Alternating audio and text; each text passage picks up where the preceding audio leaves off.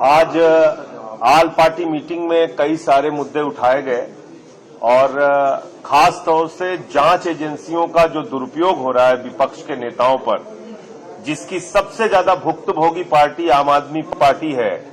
हमारे मुख्यमंत्री को जेल में डाल रखा है, शिक्षा मंत्री को जेल में डाल रखा है, स्वास्थ्य मंत्री को जेल में रखा है। ये सारा मुद्दा आल पार्टी मीटिंग में हमने सामने रखा कि विपक्ष के नेताओं पर जिस तरह से ईडी का, सीबीआई का, इनकम टैक्स डिपार्टमेंट का दुरुपयोग हो रहा है, इस पे सरकार ये पीएमएलए का जो एक ईडी को पूरी तरीके से दानवी ताकत दे दी गई है, इसको वापस लिया जाए और इन नेताओं पे जो कार्रवाई हुई है उसको खत्म किया जाए। दूसरा विषय बजट को लेके मैंने दिल्ली का और पंजाब का इश्यू भी उठाया।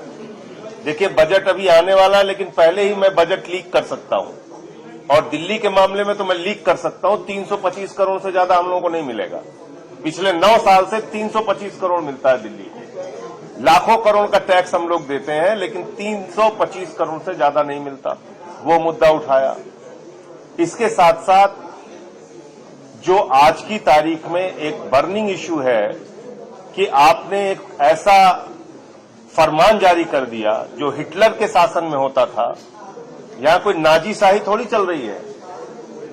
हिंदुस्तान में लोकशाही है, लोकतंत्र है। आपने आदेश जारी कर दिया नेम प्लेट लगाना होगा, तो मुसलमानों के खिलाफ जो दुर्भावना है वो भी है। इसके साथ साथ दलितों, पिछड़ों, आदिवासियों, इन सब की भी जो दुकानें हैं वहां से भी उनका भी धंधा बंद करने की कोशिश है। कोई वाल्मीकि ढाबा लिख लेगा, कोई जाटो ढाबा लिख लेगा, उसके यहां से कोई खरीदारी नहीं करेंगे, क्योंकि ये तो भेदभाव को मानने वाले लोग हैं। इन्होंने तो श्रीमती द्रौपदी मुर्मू जी को राम मंदिर के उद्घाटन में नहीं बुलाया, रामनाथ कोविंद जी को शिलान्यास में नहीं बुलाया।